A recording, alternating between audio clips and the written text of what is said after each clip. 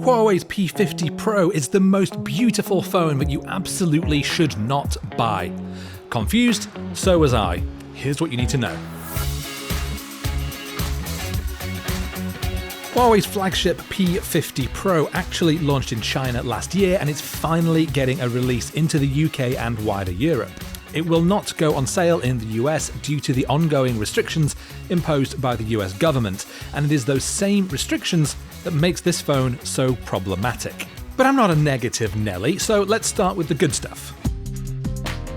For one thing, it looks pretty awesome. It's got a luxurious glass and metal design, and I'm really keen on these two big circles on the back of the phone, which I think gives it a look that really stands out from its competitors. It's also IP68 rated, so spilled drinks are no concern here, and just take a look at this display. It measures 6.6 inches, it's pin sharp, got a 120Hz refresh rate, and it is vibrant as the day is long. And I love the way that it curves so much at the edges, just oozes that premium charm. Or as much as any display can ooze something, I suppose.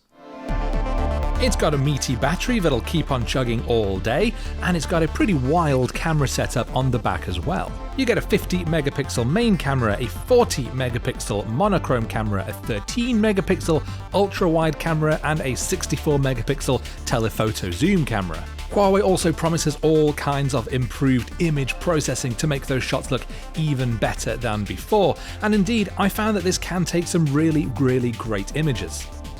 And that zoom is superb as well, with shots at the 10 times level even surpassing the 10 times seen on the Samsung Galaxy S21 Ultra. And that phone has always held the flag for being the best zoom phone around, so it's definitely got some competition from Huawei here. So the camera is certainly great, no question there, but it's not great enough to make up for its massive failings elsewhere. Most notably, no Google services. Due to the ongoing issues with the US, Huawei can use Android at its core, but it can't use Google services including Gmail, Chrome, YouTube, and crucially, the Google Play Store. And no access to the Google Play Store means no downloading of any apps from it. So instead, you'll have to use Huawei's own app gallery, and while there are some notable names on its shelves, it is generally slim pickings. There are workarounds, sure.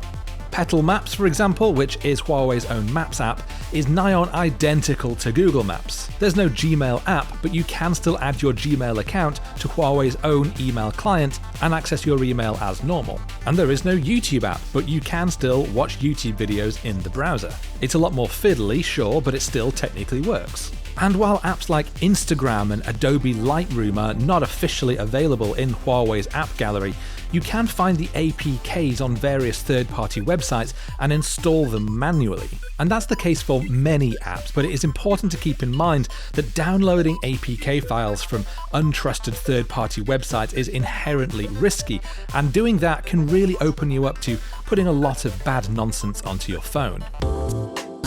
The other main issue here though is that, again, due to the restrictions, this phone does not have 5G. Now sure, 5G might not really be everywhere just yet, but in the 3 years or so that you're likely going to be using this phone if you bought it, you can expect that 5G coverage to be a lot more common, and you may well find yourself missing out. Particularly when you've forked out so much cash for a supposedly top-end flagship phone in 2022. So no 5G and no Google services, two huge issues for any phone in 2022, but particularly as this one costs more than the iPhone 13 Pro.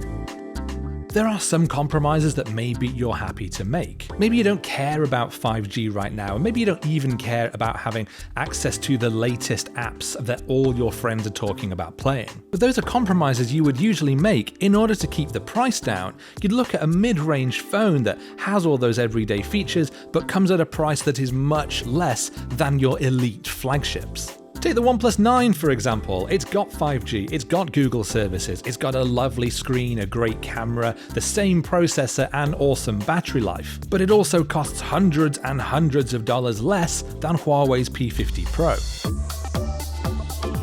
The cash that Huawei is demanding for this phone should really score you the absolute best of the best around, the phone that ticks all of the boxes that you would expect from a flagship phone in 2022. But that is far from the case here. Yes, the hardware is great, this luscious design is premium all the way, and that camera is excellent. If the restrictions weren't in place so this thing could have 5G and use Google services, this would be a very, very different story. But as it stands, it demands you make two massive sacrifices and doesn't even try to tempt you to do so with a lower price tag. If you're watching this in the US, it's a bit of a moot point anyway, as you can't buy it, but if you are somewhere that this is on sale and you're seriously considering dropping 4 figures in order to get it, then don't.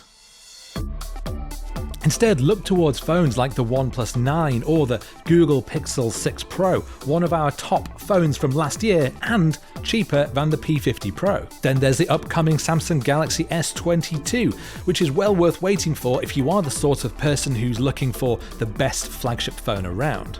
But unfortunately, its combination of missing features and sky-high price means the Huawei P50 Pro is definitely a phone to avoid. But what do you think to this phone? Is it still something that you would consider spending that money on in order to get? Do make sure to leave your thoughts in the comments below and keep it CNET for a lot more.